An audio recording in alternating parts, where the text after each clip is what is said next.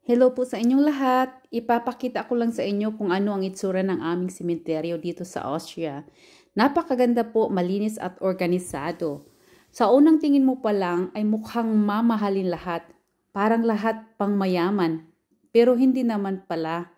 Ito yung nagustuhan ko dito, yun bang hindi halata or hindi mo makikita masyado kung sinong mayaman dyan or mahirap dahil halos lahat pantay-pantay dahil malinis, maganda at organisado. At saka hindi nakakatakot at hindi nakakadiri. Kaya alam nyo, every time na mamamasyal ako kung saan-saan, dadaan talaga ako sa simbahan at sa sementeryo nila. Dahil kung saan yung sementeryo at simbahan nila, yung tanawin ay maganda rin. At saka humihingi ako ng gabay at biyaya sa mga multo.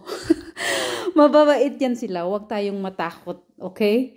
Alam nyo, nung bago pa lang ako dito, nagtataka ako kasi napaka-weird. Hindi ako sanay makita na ang mga sementeryo nila ay nasa tabi or nasa likod lamang ng kanilang simbahan.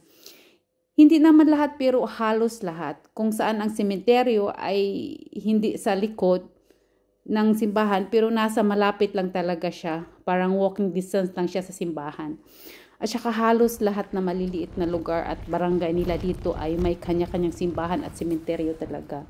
Ganito sa kagaling mag-organisa.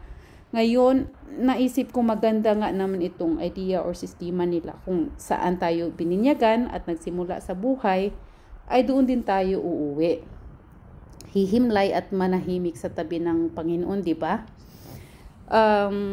Sana nagustuhan nyo ang sinishare ko sa inyo.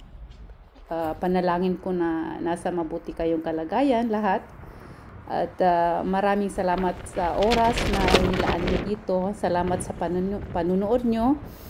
At hanggang sa muli, mga kaibigan, ingat!